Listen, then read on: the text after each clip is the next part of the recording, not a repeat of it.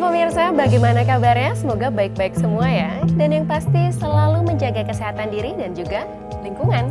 Pemirsa, seperti biasa, Social Medica akan menampilkan beragam informasi yang menarik, baik dari dalam negeri maupun dari luar negeri, yang tentu saja berita-berita tersebut sedang hangat atau menjadi trending topik di dunia sosial media.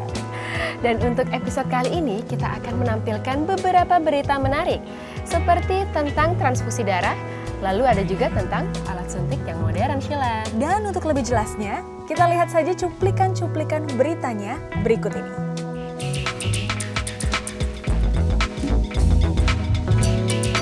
Info pertama kita ada tentang sejarah donor darah, serta kegiatan donor darah yang kini menjadi lifestyle atau gaya hidup. Kenapa? Wah, ini menarik untuk kita bahas, tapi nanti. Lalu yang kedua, kita ada info unik tentang rumah sakit. Namun rumah sakit yang satu ini tidak untuk menyembuhkan penyakit, tapi untuk menyembuhkan rasa lapar. Unik ya? Wah, saya butuh tuh yang itu. Dan yang terakhir kita ada info yang tidak kalah menarik tentang alat suntik yang tidak menggunakan jarum. Seperti apa alatnya? Yang pasti nanti di segmen terakhir akan kita bahas tentang alat ini.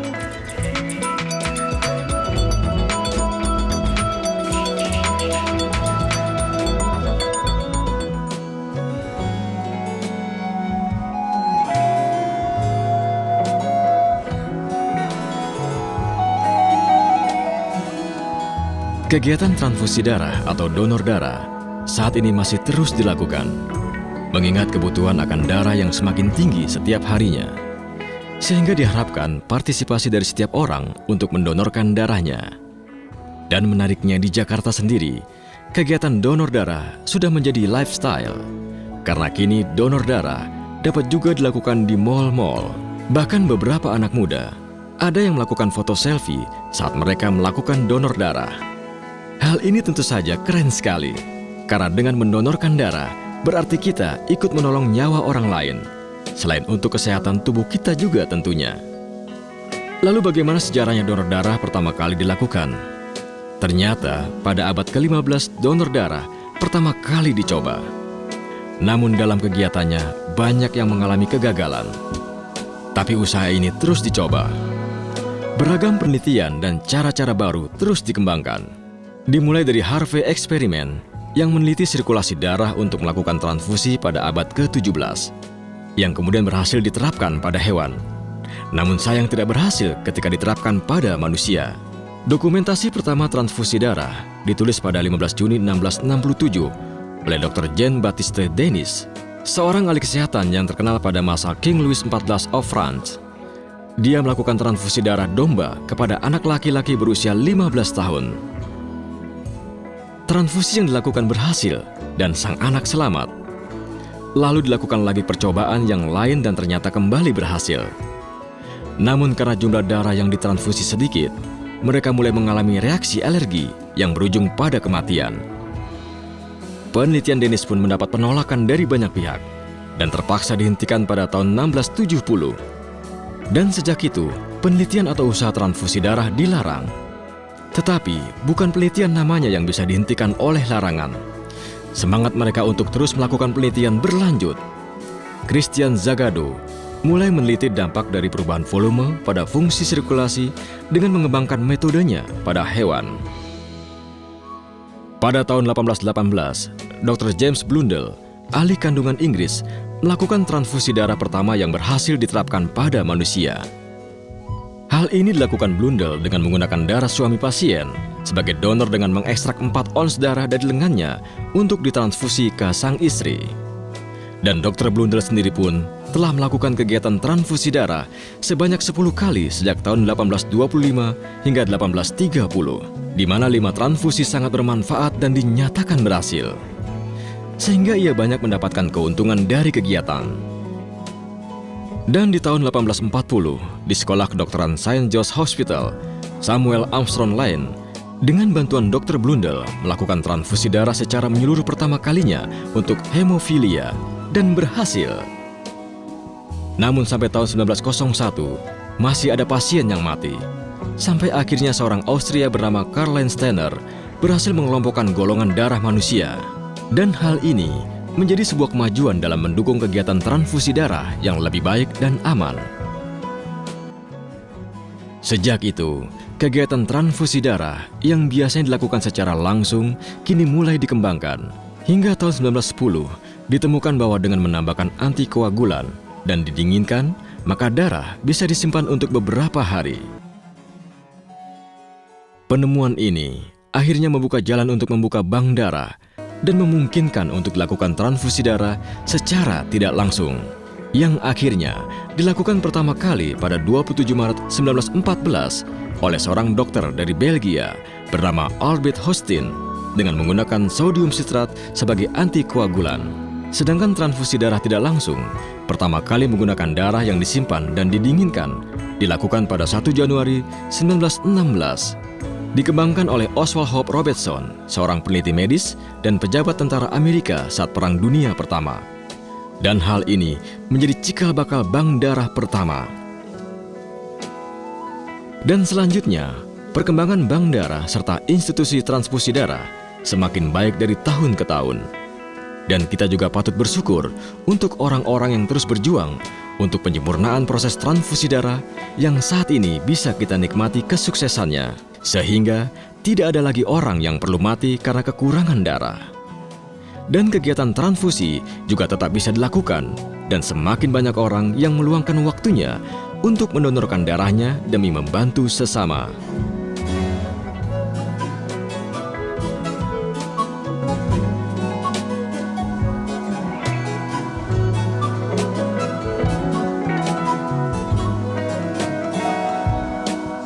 Bagaimana pemirsa? Tentu informasi tentang sejarah transfusi darah pertama dilakukan di dunia tadi bisa menjadi informasi yang penting yang mungkin juga bisa dikembangkan bagi kepentingan dunia medis di tanah air. Ya, terutama bagi PMI yang akan segera membangun pabrik kantong darahnya di Indonesia. Dan setelah ini, kita masih ada informasi lainnya yang tentu saja menarik untuk kita simak, jadi jangan kemana-mana ya. Tetap di Sosial Medika.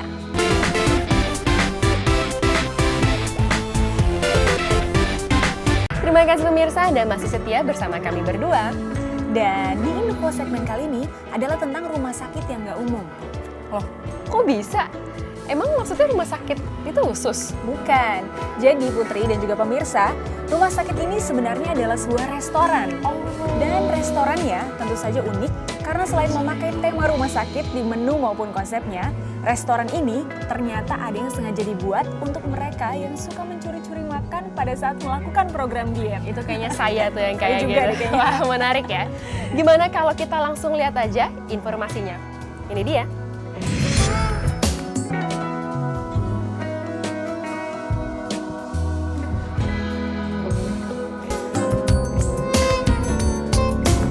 Setiap orang tentu tidak ada yang ingin mengunjungi rumah sakit, kecuali jika memang ada kepentingan karena sakit atau karena ada kerabat dan saudara Anda yang sakit.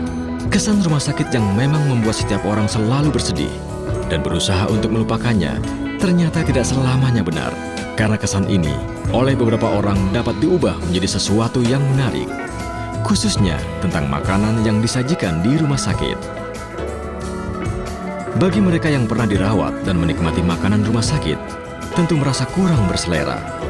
Karena banyaknya aturan dan pantangan yang berhubungan dengan penyakit si pasien.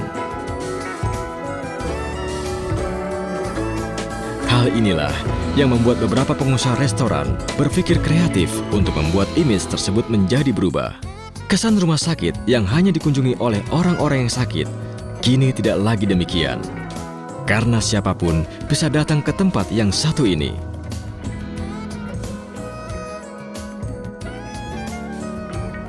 Terletak di negara Latvia, tepatnya di Riga. Bangunan ini diberikan nama Hospitalis. Dan tentu saja tempat ini bukan rumah sakit yang sebenarnya. Karena Hospitalis adalah sebuah restoran yang memiliki konsep yang unik ala rumah sakit.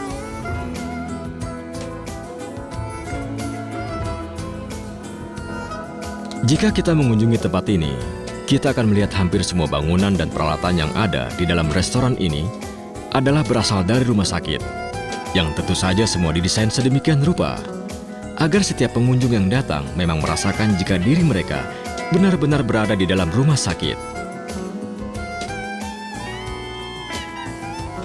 Tidak hanya nuansa atau layoutnya saja yang seperti rumah sakit. Pelayannya di tempat ini juga menggunakan kostum ala suster atau perawat. Dan untuk makanan dan minuman yang disajikan pun sangat unik. Dengan memakai peralatan seperti piring tempat meletakkan gunting dan pisau bedah operasi untuk piring makannya. Serta botol-botol yang biasa digunakan untuk cairan kimia juga digunakan sebagai gelas minuman atau tempat sup. Dan hampir semua peralatan medis yang biasa kita jumpai di rumah sakit digunakan semua di tempat ini. Selain itu, cara makan di rumah sakit ini pun tergolong unik, di mana kita tidak hanya bisa melakukan makan sendiri, tetapi juga bisa dibantu layaknya seorang pasien yang dilayani oleh seorang perawat.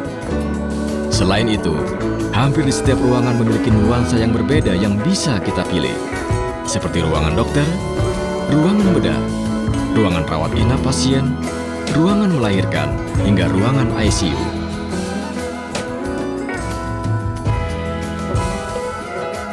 Dan berbicara menu yang disajikan juga sangat aneh, di mana menu utama di restoran ini adalah sebuah menu yang terbuat dari hati puyuh, yang disusun sedemikian rupa sehingga menyerupai organ tubuh manusia.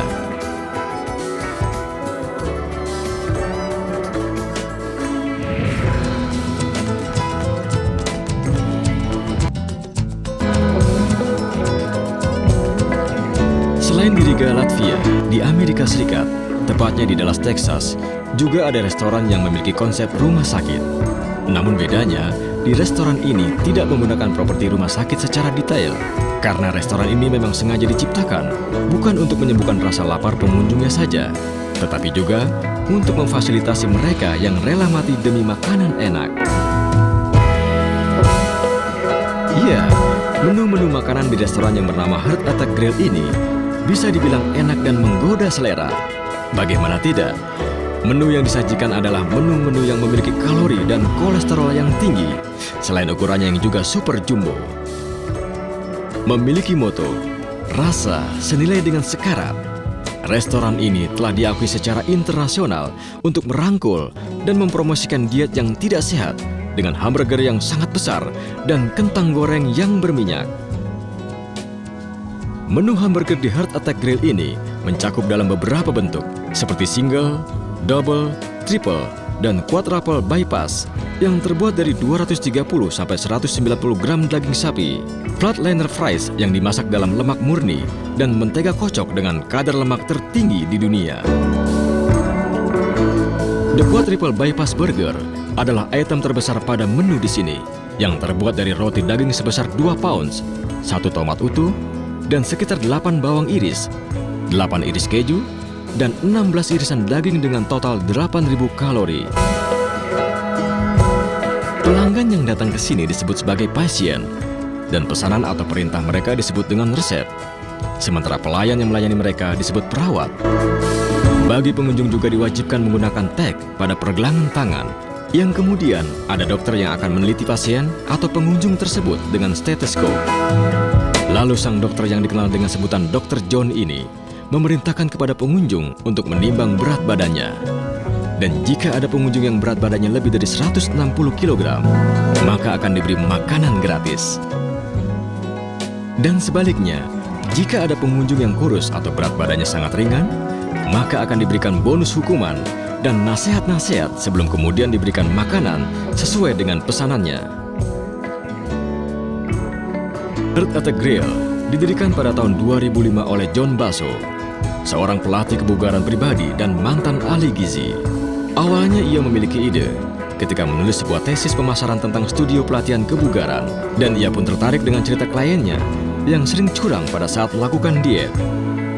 Hingga akhirnya John Basso memutuskan untuk mendirikan sebuah restoran di mana pengunjungnya bisa datang untuk bersenang-senang menikmati makanan yang ada, yang tentu saja menggoda selera, terutama bagi mereka yang sedang menjalani diet. Hal ini diharapkan agar setiap orang akan memiliki pola makanan yang baik, bersih, dan tentu saja sehat. Dan bagi mereka yang tidak bisa menjaga pola makannya, silakan keluar dari restoran dengan kursi roda atau dalam keadaan sekarat karena kekenyangan makan di restoran ini.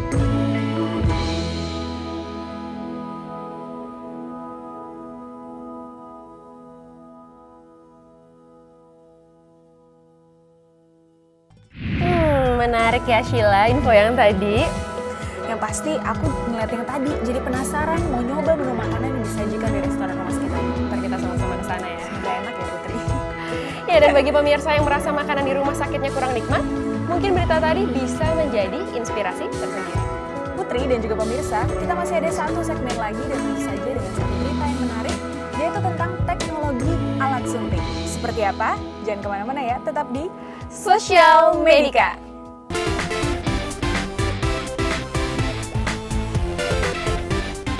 Dan informasi kali ini adalah tentang alat suntik atau injection, yaitu alat yang memang sengaja diciptakan untuk memasukkan cairan obat atau vaksin ke dalam tubuh kita, Sheila. Putri, ternyata ada baik dan buruknya loh penggunaan alat suntik ini. Karena berdasarkan penelitian di Amerika Serikat, jarum suntik itu termasuk penyumbang terbesar penyakit menular, baik itu yang sengaja maupun yang tidak sengaja tertusuk oleh jarum ini. Jadi jarum suntik ini kalau tidak hati-hati memang berbahaya ya. Betul sekali, terutama untuk petugas medis yang sering menggunakan alat ini, Putri. Dan informasi kita kali ini adalah tentang teknologi alat suntik yang tidak menggunakan jarum. Seperti apa teknologi ini? Kita langsung simak saja informasinya Berikut ini.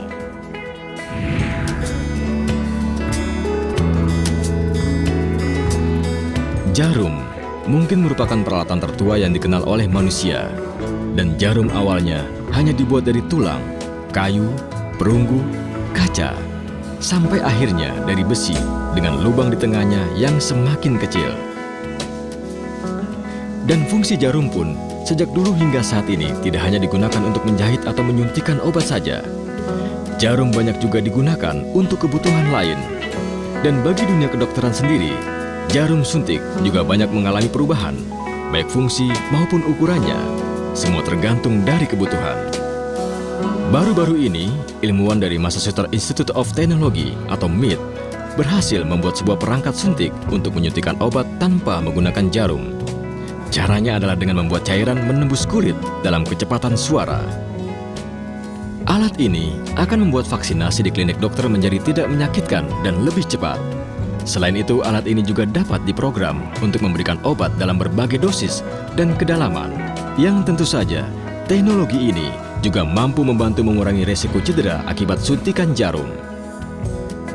Karena Pusat Pengendalian dan Pencegahan Penyakit di Amerika Serikat atau CDC memperkirakan bahwa ada 385.000 petugas kesehatan di rumah sakit yang tanpa sengaja tertusuk jarum suntik setiap tahunnya. Selain itu, menurut Catherine Hogan, yang merupakan seorang ilmuwan di Departemen Teknik Mesin atau MIT, kehadiran alat suntik tanpa jarum ini diharapkan dapat membantu agar pasien lebih patuh terhadap pengobatan. Karena hingga saat ini, banyak pasien yang ternyata berusaha menghindari jarum suntik karena fobia.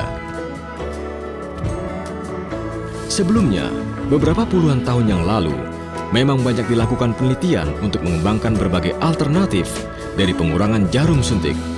Contohnya adalah penggunaan koyo nikotin yang secara perlahan mampu melepaskan obat lewat kulit. Namun koyo tersebut hanya dapat melepaskan molekul obat dalam jumlah sedikit dan sangat terbatas. Dan seiring banyaknya pembuatan obat berbahan dasar protein, para peneliti berusaha mengembangkan teknologi baru yang mampu mengantarkan obat seperti tanpa jarum. Salah satunya adalah jet injector. Alat ini dapat memasukkan obat berkecepatan tinggi untuk menembus kulit. Namun alat ini hanya dapat menyemburkan obat dalam dosis dan kedalaman yang sama. Maka tim dari MIT yang dipimpin oleh Ian Hunter berhasil merekayasa sistem jet injector agar dapat memberikan dosis dan kedalaman suntikan yang dapat dikontrol.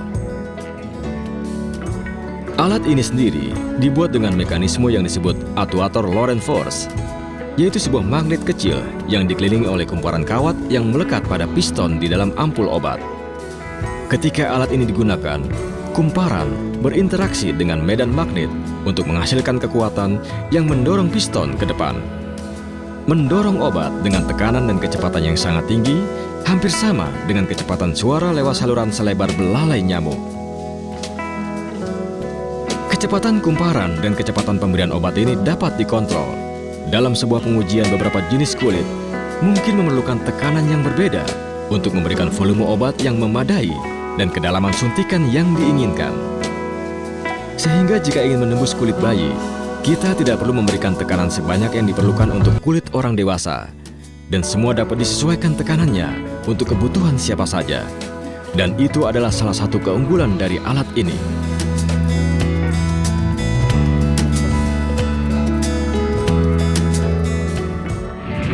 Wah, semakin canggih ya alat suntik alat kedokteran di dunia ini. Dan salah satunya alat suntik yang tidak menggunakan jarum tadi. Dan pemirsa, kita akan terus memberikan info-info yang menarik seputar dunia medis, baik dari dalam negeri maupun luar negeri. Tapi di episode yang akan datang, jadi tonton terus Sosial Medika ya. Dan berhubung waktu kita sudah habis nih Sheila, maka kita berdua harus pamit. Dan maju terus dokter Indonesia. Sampai jumpa.